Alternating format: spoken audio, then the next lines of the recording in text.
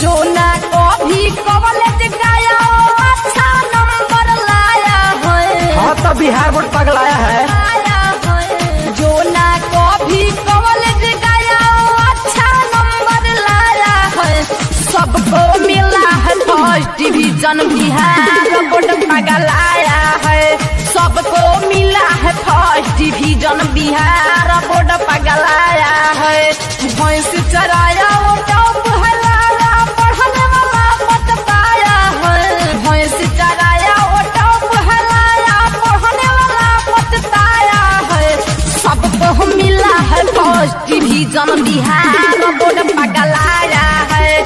सबको मिला है फर्स्ट डिवीजन बिहार बोर्ड पगलाया है। मुँह नहीं देखलस जवन कॉपिया किताब की ऊपर के नंबर अब की मिलल बच्चा पके।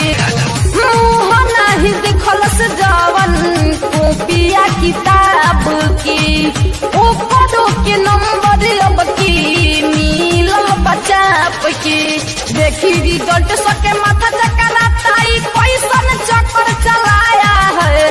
देखी रिजल्ट सके माथा चकराता कैसन चक्कर चलाया है।